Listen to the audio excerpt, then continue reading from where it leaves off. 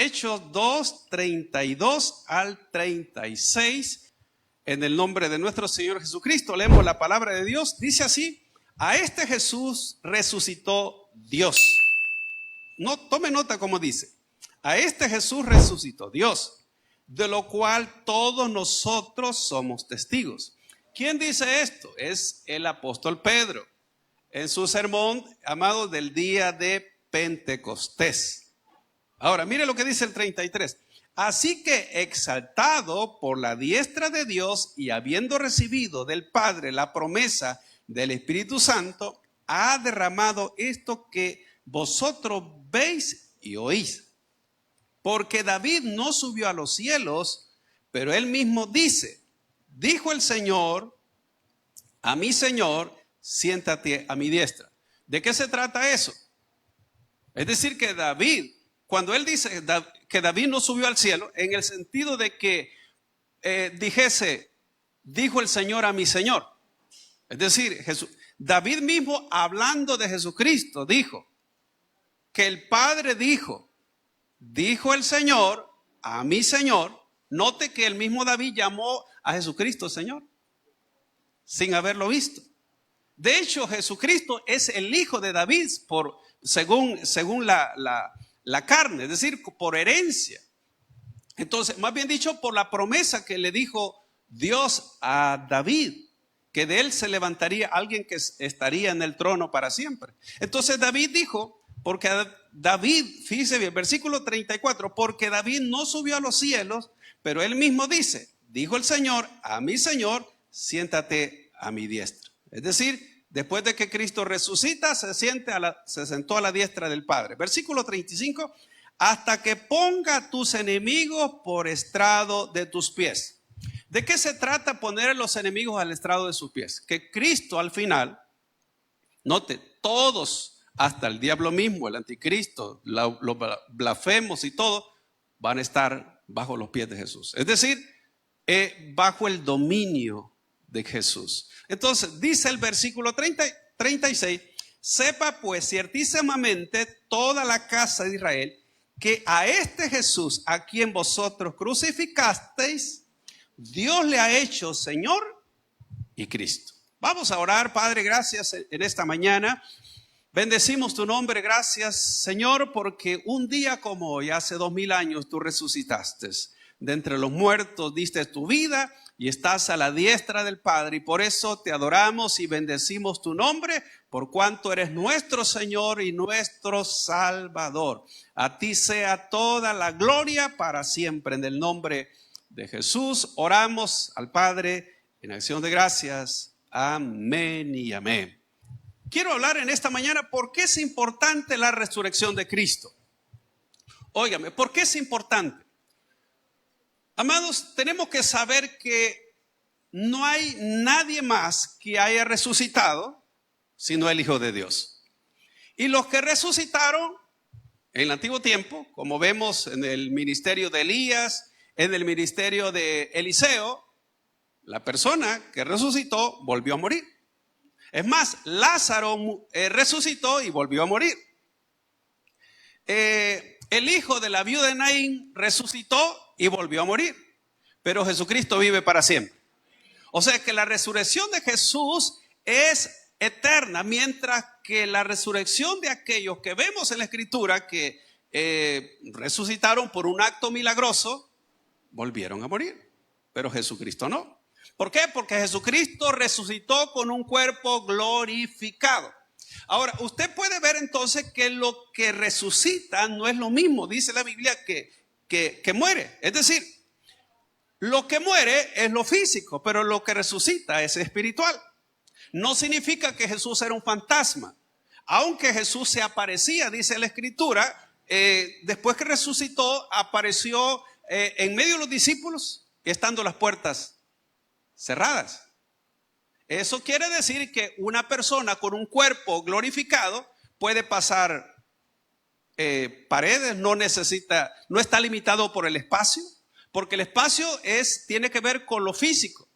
Entonces, no es que Jesús era un espíritu, sino un cuerpo glorificado. Es decir, como los ángeles, pues, algo así. Entonces, Jesucristo es el único que resucitó y tiene gran importancia para los creyentes. Fíjese bien, tanto la muerte como la resurrección, ambos eventos están conectados. No podemos nosotros quitar la resurrección de lo que es la muerte. Ambas cosas, ambos eventos tienen que ver con lo mismo.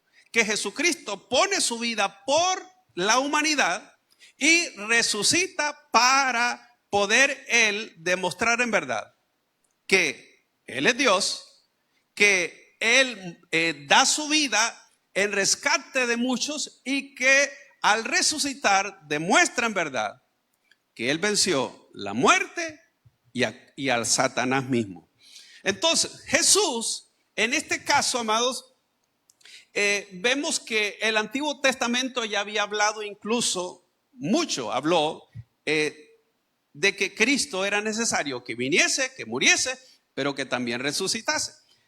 La Escritura nos dice, amados, que tanto Mateo, Marcos, Lucas y Juan hablaron anticipadamente de la muerte de Jesús. Esto es porque el mismo Señor lo había dado a conocer. El apóstol Pablo dijo que era necesario que Jesucristo muriese y que fuese resucitado de los muertos para ser Señor de los vivos como de los muertos.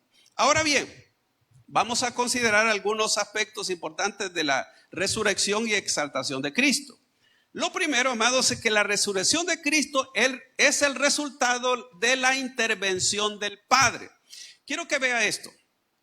El Padre, el Hijo y el Espíritu Santo trabajan en unidad desde la creación del mundo hasta el final.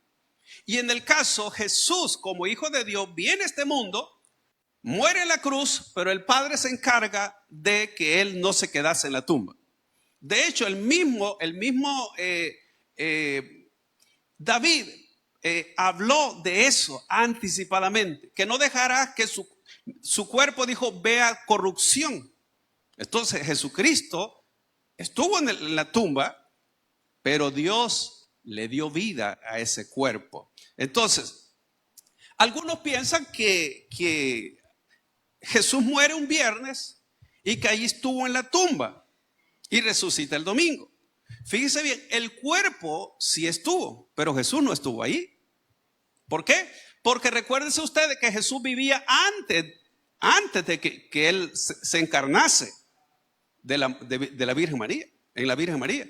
Es decir, que Jesús vivía antes y cuando Él muere, dice la Escritura que fue y predicó a los espíritus encarcelados que habían, amado, muertos en los tiempos de Noé. Usted lo puede ver en segunda de Pedro, allí lo dice. Entonces, y el apóstol Pablo a los Efesios dice, amado, que él bajó a las partes más bajas de la tierra y llevó cautiva la cautividad y dio dones a los hombres. Es decir, que Jesús hizo una obra que todos los del Antiguo Testamento estaban esperando, donde se conoce como el Hades, donde estaban todos los muertos que esperaban desde Adán hasta Jesús. Todos los que habían muerto estaban esperando en Cristo. Es decir, los que tenían esa promesa o tenían esa esperanza de que alguien los iba a llevar de ahí al paraíso. Por eso que Jesús le dijo a aquel ladrón de la cruz, hoy de cierto te digo que hoy estarás conmigo en el paraíso. ¿Ve? Porque Jesús a todos los que esperaban en Él y estaban en el Hades, lo llevó al tercer cielo, donde está el paraíso de Dios. Y esa es la obra, por supuesto, que Jesucristo vino a hacer como primicia de su muerte. Llegar hasta la parte del infierno. Por eso cuando usted lee en Apocalipsis capítulo 1, dice que Él tiene la llave de la muerte y del Hades. ¿Por qué? Porque Jesús venció la muerte y venció el infierno también. Porque Él, amado, estuvo ahí, pero no se quedó ahí, sino que sacó a los que estaban, amados, ¿cómo le puedo decir? A los que estaban en el mismo lugar, solo que, según la Escritura, había una división entre una parte y la otra. Es decir, en el Hades era todo donde estaban todos los muertos, pero todos los que esperaban en Cristo estaban en la parte superior. y los que no, en la parte inferior. Por eso dice un texto en el libro de Isaías que el Hades se ensanchó. Es decir, que cuando Cristo se lleva a los que esperaban en Él en el Antiguo Testamento, esa parte se hizo más grande. ¿Ve? Así que esa es la bendición que tienen, amados, todos los que creemos en Cristo, de que sabemos que no hay condenación para los que creemos en Él. ¿Por qué? Porque Él es el Salvador. Entonces, fíjese bien, la resurrección de Cristo es el resultado, dije, de la intervención del Padre a favor del Hijo. El texto que quiero que veamos nuevamente en Hechos 2:32, dice así: a este Jesús resucitó Dios, de lo cual todos nosotros somos testigos. Fíjese bien que el apóstol Pedro dice que él, como todos los demás apóstoles y discípulos, eran testigos de la muerte de Cristo. ¿Saben por qué? Porque ellos lo vieron. Ellos tocaron, incluso vieron sus manos, vieron sus pies y se dieron cuenta que Jesús sí había resucitado. ¿Ve? Entonces, por eso es que él dice, nosotros somos testigos. Por lo menos 23 veces se dice que Dios, el que levantó a Jesús de entre los muertos. Entonces, el apóstol Pedro dice eso. Ahora, también 8 veces es llamado el que resucitó. Así que hay muchos pasajes de la Escritura que hablan de eso, del que resucitó. La muerte de Jesús viene y reconcilia al hombre con Dios. Hay un texto que quiero que vean en Colosenses 1:18, Colosenses 1:18 al 20, en la Nueva Traducción Viviente lo leemos. Mire lo que dice ahí. Cristo también es la cabeza de la iglesia, la cual es su cuerpo. Él es el principio supremo sobre todos los que se levantan de entre los muertos. Así que Él es primero en todo, pues a Dios en toda su plenitud le agradó vivir en Cristo. Y por medio de Él, Dios reconcilió consigo todas las cosas. Hizo la paz con todo lo que existe en el cielo y en la tierra, por medio de la sangre de Cristo en la cruz. Note bien que es a través de Jesús y de su muerte y resurrección que Dios reconcilia al hombre. Según la Escritura, todos éramos enemigos de Dios a causa del pecado, pero cuando Cristo muere en la cruz, interviene a favor de la humanidad. Entonces, todo aquel que recibe a Cristo recibe el perdón de pecados, y el que recibe el perdón de pecados vuelve en comunión con el Padre. Recuérdese usted que a causa del pecado de Adán vino la muerte y la separación del hombre con Dios. Pero Jesucristo es el que une nuevamente al hombre con Dios. Es decir, que Adán y Eva tenían esa comunión con Dios libremente. Pero cuando el hombre peca, entonces el hombre fue separado de Dios. Pero ¿qué hace Jesús? Reconciliar al hombre con Dios. Es decir, que quita la enemistad que había, y esa enemistad se llama pecado. Entonces, todos aquellos que los pecados han sido perdonados pueden tener esa comunión nuevamente con el Padre. ¿Por qué? Porque Jesús limpió, dice la Biblia, nuestros pecados con su sangre. Yo no sé si usted ha sido limpio con la sangre de Cristo, pero la sangre de su Hijo Jesucristo nos limpia de todo pecado, dice la palabra de Dios. Entonces, ahí es quitada la enemistad. Dice, de hecho, amados Colosenses, que había un acta de decreto contra nosotros, que era contraria, pero Jesús dice que la clavó en la cruz, ¿ve? Pagando todo lo que la ley decía.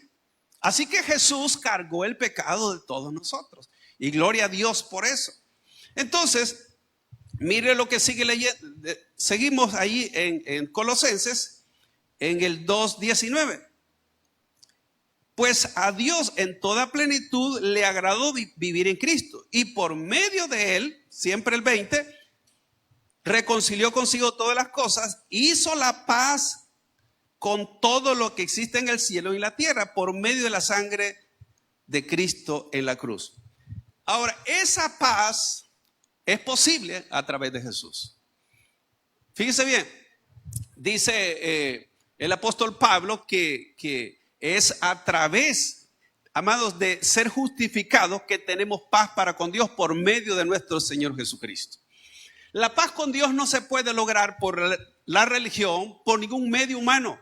Es a través de Jesús que esa paz vuelve del hombre con Dios. Entonces, la importancia de resurrección de Cristo, fíjese bien, mire, Cristo cuando Él estuvo con sus discípulos les dijo: destruid este templo y en 3 días yo lo levantaré. Eso lo dice en San Juan 2:19. Entonces, cuando Jesús hablaba del templo, de hecho el mismo apóstol Juan lo dice en el versículo 2:21 y 22, que él se refería a su propio cuerpo. Los religiosos dijeron que Jesucristo había dicho que podía derribar el templo y en 3 días él lo podía edificar. Pero él no sabía que no hablaba desde el templo físico, que era el templo de Jerusalén, sino de su propio cuerpo.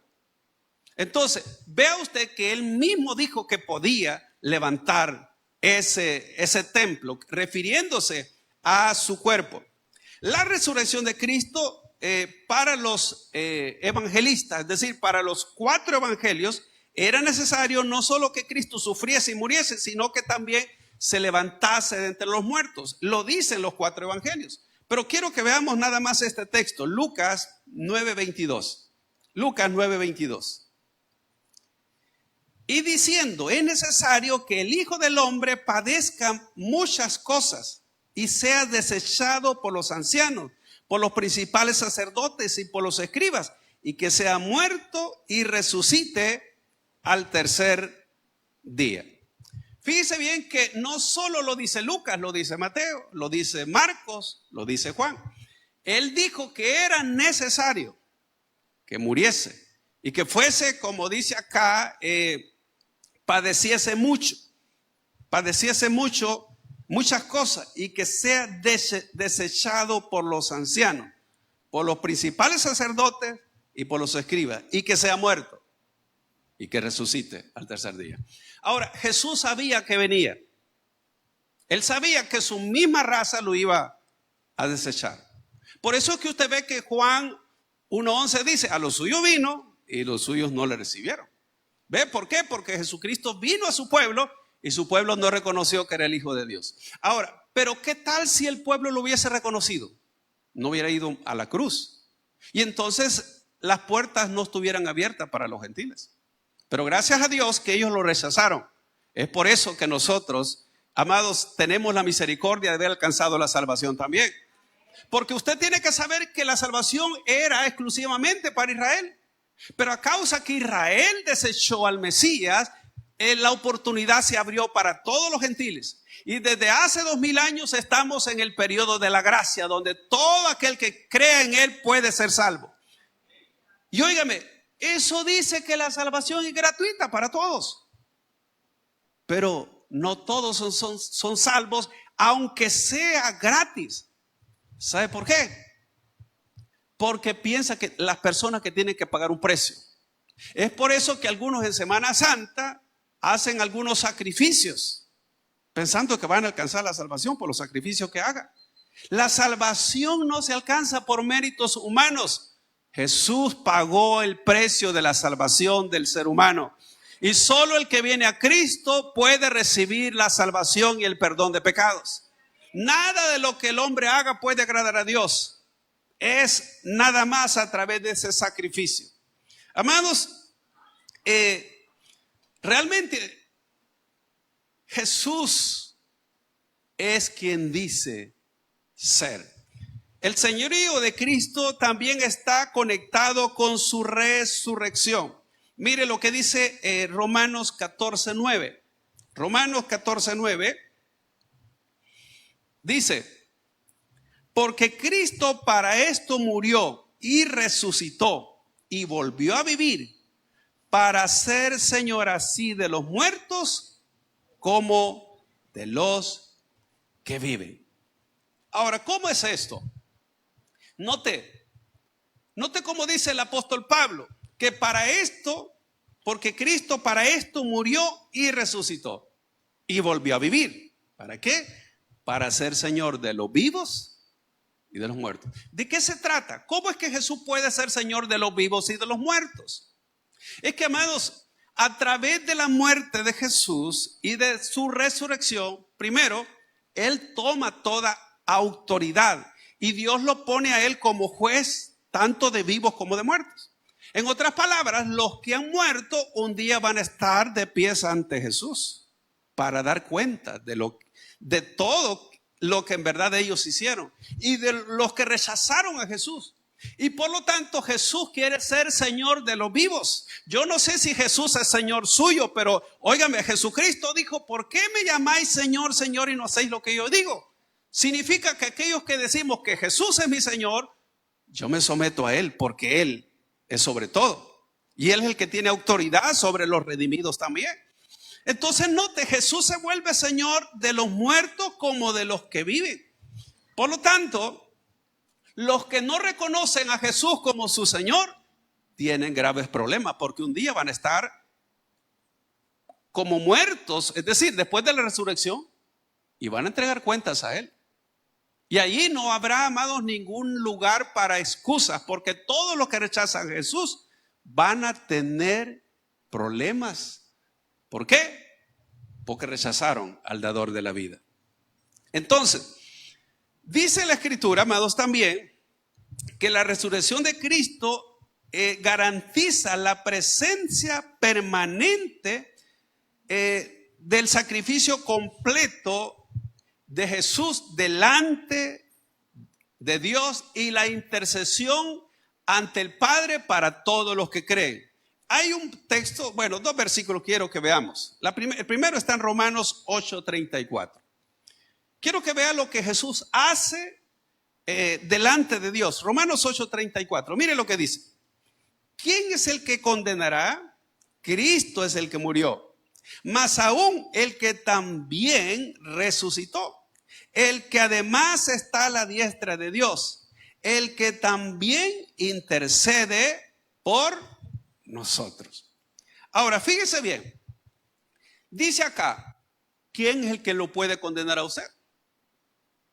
Si usted ve el apóstol Pablo hablando a los romanos, en el capítulo 8 dice que ninguna condenación pues hay para los que están en Cristo Jesús. Y aquí en este texto está diciendo que ¿quién nos puede condenar?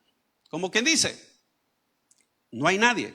Dice acá, Cristo es el que murió, más el que también resucitó.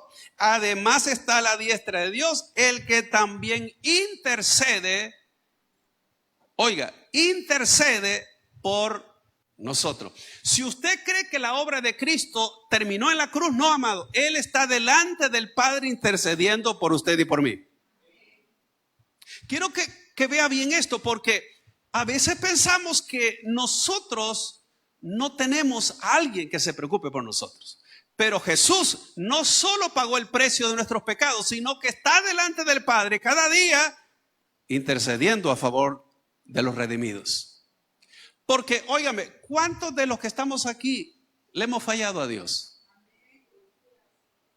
Más Jesús es el que intercede y le dice a Dios, dale otra oportunidad, ¿verdad? Tené misericordia de este. Mire que este es testarudo, este cuesta. Y ahí está intercediendo delante del Padre. ¿Ve? Así que, y si no, vea lo que dice el escritor a los Romanos. Capítulo 7, versículos 24 y 25.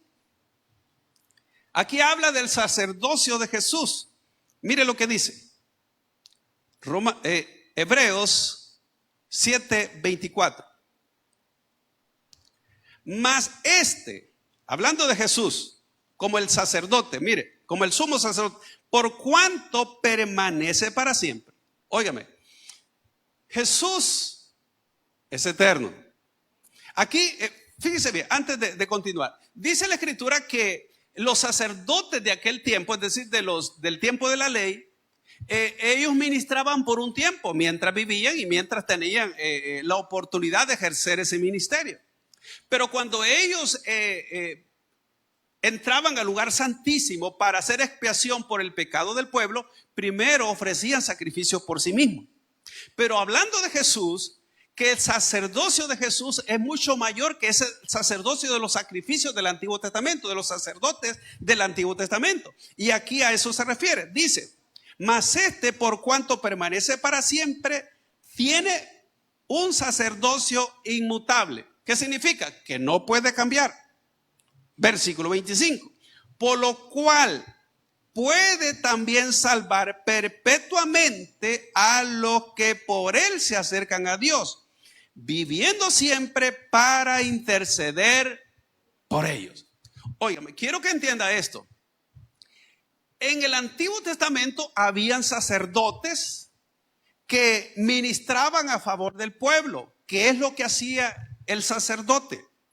Óigame, los sacerdotes de la ley, ellos estaban a favor del pueblo. Eran los que ofrecían sacrificios por los pecados del pueblo. Entonces, pero ese sumo sacerdote era figura del verdadero sacerdocio de Cristo. ¿Ve? Entonces, Jesús, dice la Escritura, que Él entró al lugar santísimo no con sangre ajena, sino con su propia sangre. Los sacerdotes del Antiguo Testamento llegaban con sangre ajena. Es decir, ofrecían sacrificio por el pecado y por sus pecados, pero no era con su sangre. Jesús entra al lugar santísimo, ofrece su propio cuerpo en sacrificio. Y luego, amados, intercede por nosotros delante de Dios. Entonces, quiere decir que una vez muerto y resucitado Cristo, el ministerio del sacerdote terrenal terminó. Óigame, no hay, es decir, no hay un sacerdote en el Nuevo Testamento a favor del pueblo. ¿Por qué? Porque el sacerdocio del Antiguo Testamento era sombra del verdadero sacerdocio de Cristo.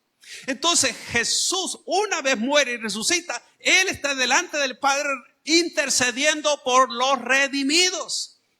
Ya no hay sacrificio, porque el sacrificio, amados, que se hacía en el Antiguo Testamento era figura del sacrificio de Jesús. Jesús era el Cordero, y una vez Jesús entrega su cuerpo para morir en la cruz, ya no es necesario sacrificio. El sacrificio perfecto es Jesucristo. Por eso dijo allá Juan el Bautista: he aquí el Cordero de Dios que quita el pecado del mundo. Ve, entonces Jesús no limpia, amado, perdón, no cubre el pecado de las personas, lo quita. El sacrificio de los sacerdotes del Antiguo Testamento, que era a través de los animales, de los toros, de las ovejas, de los cabritos, era solo para cubrir. Pero la sangre de Jesucristo, su Hijo, dice la Escritura, nos limpia de todo pecado. Así que Jesús está delante del Padre intercediendo cada día por los que Él ha redimido. Así que debemos de estar agradecidos con Dios porque tenemos a un sumo sacerdote que intercede por nosotros delante de Dios.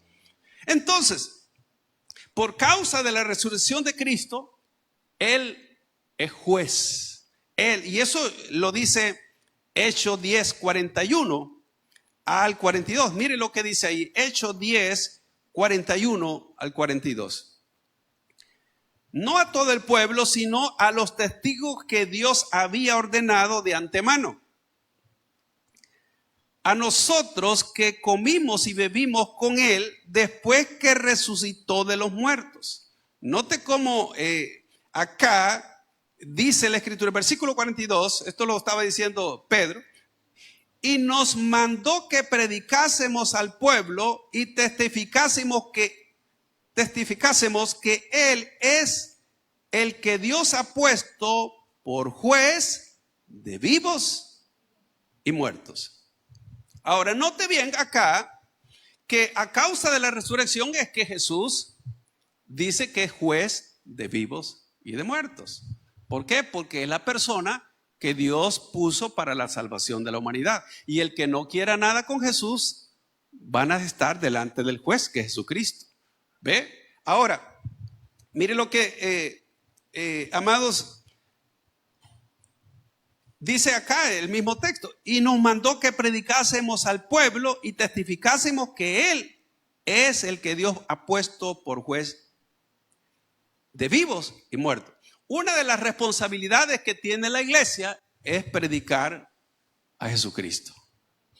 Note, cuando Jesús resucita, dice allá en Mateo capítulo 28, óigame, he aquí toda potestad me es dada en el cielo y en la tierra, por tanto, id. Entonces, ¿qué es lo que la iglesia debe de hacer antes que Cristo venga? Predicar la salvación. Porque para eso vino Jesús, para que predicásemos la salvación. La resurrección de Cristo es muy significativa para el creyente porque es la garantía de nuestra propia resurrección. Mire cómo lo dice el apóstol Pablo en 1 Corintios 15, 20 al 22. Dice así, 1 Corintios 15, 20. Mas ahora Cristo ha resucitado de los muertos. Primicia de los que durmieron es hecho. Ahora, fíjese bien. Hace 2000 años Jesús se levantó de entre los muertos. Y dice, primicia de los que durmieron es hecho. Es decir, es el primero que se levantó de los muertos, ¿no? A eso se refiere. Versículo siguiente. Porque por cuanto la muerte entró por un hombre, también por un hombre la resurrección de los muertos. Ahora, note bien que por Adán entró la muerte, pero por Cristo entra la vida. Por Adán entró el pecado, por el Cristo entra el perdón de pecados. Entonces, aquí dice en este versículo que porque por cuanto la muerte entró por un hombre, también por un hombre la resurrección de los muertos. Por eso es que él dijo allá en Juan capítulo 11, yo soy la resurrección y la vida. El que cree en mí, aunque esté muerto, vivirá. Esa es una promesa para todos los que creen en él. Quiere decir que, amados, no importa todos aquellos que han muerto en tiempo pasado, si murió creyendo en Jesús, tiene la esperanza que va a vivir con él. ¿Ve? Eso es lo que Jesús está diciendo. ¿Por qué dijo él, yo soy la resurrección y la vida? Y note, Jesús no había muerto todavía. Pero él ya lo había anticipado. Yo soy la resurrección y la vida. El que cree en mí, aunque esté muerto, vivirá. Eso significa que todos los que creemos en él, si un día nos va a tocar morir, vamos a vivir con él. Esa es una garantía de parte de Dios. Ahora, la resurrección, por supuesto, es para impíos y creyentes. No creyentes, ateos y todos vamos a resucitar. Pero Jesús claramente dijo que hay dos resurrecciones. Una para condenación eterna y otra para vida eterna. Esa es la diferencia que hay. Ahora, el versículo 22 siempre de este pasaje de 1 Corintios 15 dice, porque así como en Adán todos mueren, también en Cristo todos serán vivificados. Así que por Adán entró la muerte, pero por Cristo entra la vida.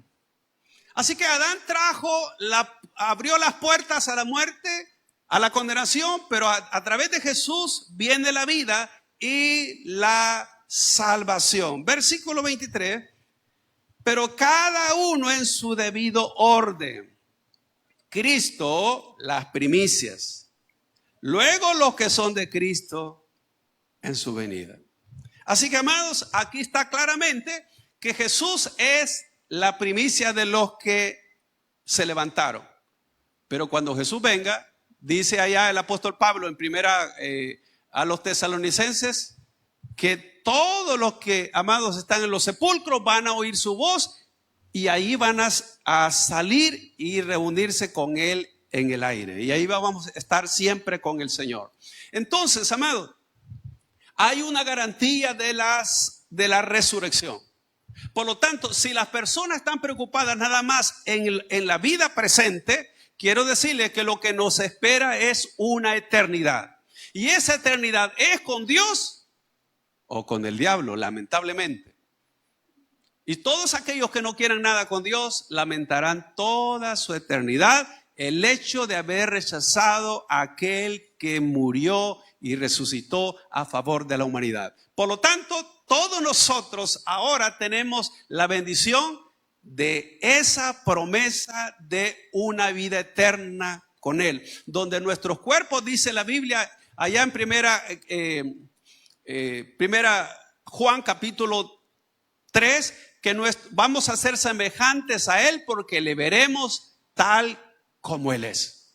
Así que si a usted no le gusta su cuerpo como es, chiquito, flaco, gordito, fellito, como sea,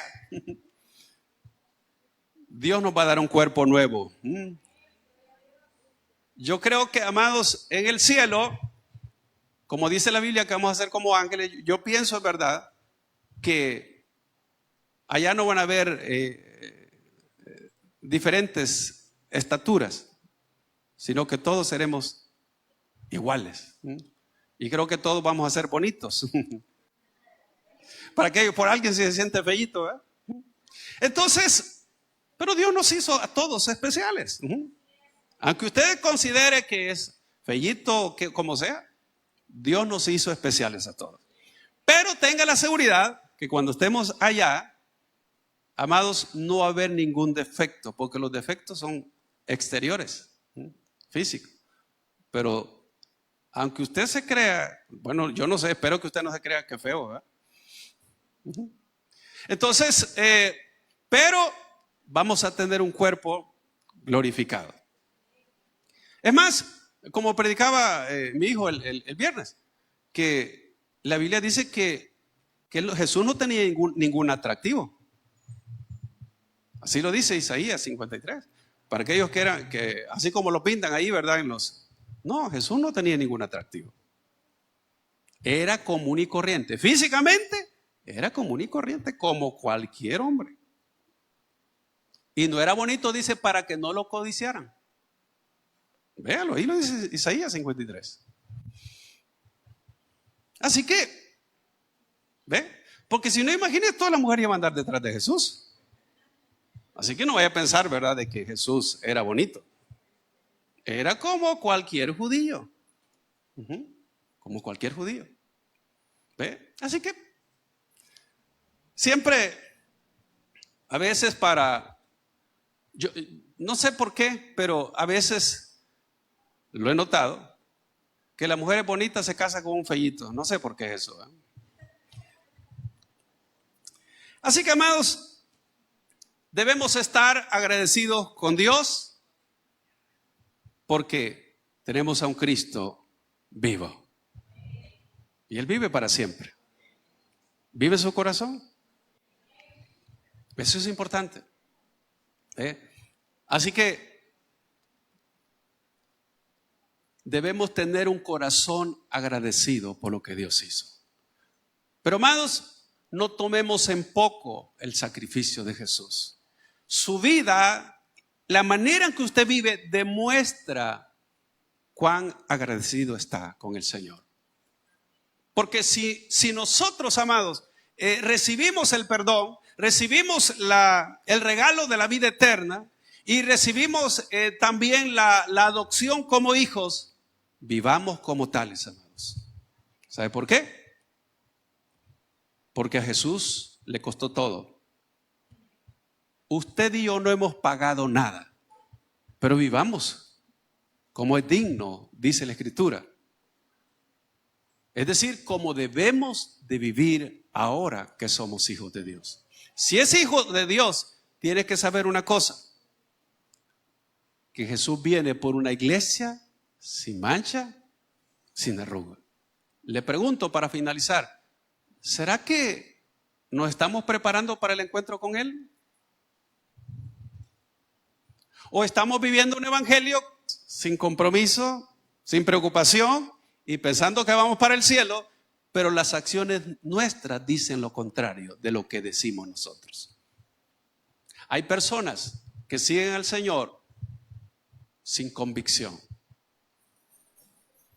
Viven una vida cristiana desconectada de la voluntad de Dios y haciendo cosas que no deben. Así que mientras llegue el momento, amados, de la venida de Jesús, preparémonos porque tarde o temprano la trompeta sonará y los que son de Él se van a reunir con Él. Y los que no, van a esperar ver al anticristo en la tribulación. Y ahí lamentarán el hecho de no haber vivido la vida que Dios demanda de cada uno de nosotros. Así que no viva una vida descuidada. Viva en agradecimiento a Dios y procuremos agradarlo a Él, como dice la Escritura, en todo. Porque de esa manera demostraremos que no solo somos salvos de palabra, sino que también llevamos la vida que Dios demanda de cada uno de nosotros. Hemos llegado al final de este mensaje. Si usted no ha recibido a Jesucristo como su Señor y Salvador personal, o usted se ha alejado de los caminos de Dios y desea reconciliarse, yo le hago la invitación para que en esta oportunidad reciba a Cristo. ¿Y cómo lo va a hacer? Repitiendo conmigo la siguiente oración. Señor Jesús, yo te recibo hoy como mi único Salvador personal. Creo que eres Dios, que moriste en la cruz por mis pecados y que resucitaste al tercer día. Me arrepiento, soy pecador. Perdóname, Señor. Doy gracias al Padre por enviar a su Hijo a morir en mi lugar. Gracias, Jesús, por salvar mi alma hoy. Amén. Si usted ha hecho esta oración, yo le invito para que se congregue en una iglesia donde se predique el Evangelio de Jesucristo. Que usted pueda también leer la palabra de Dios para que tenga mayor conocimiento de Él y pueda orar. Orar es platicar con Dios. Y si no, le invitamos a nuestra iglesia en Tabernáculo de Restauración, acá en Soyapango, con nuestros horarios de día domingo, 8 y 10, y día viernes a las 6 de la tarde. Todos serán bienvenidos. Que Dios les bendiga.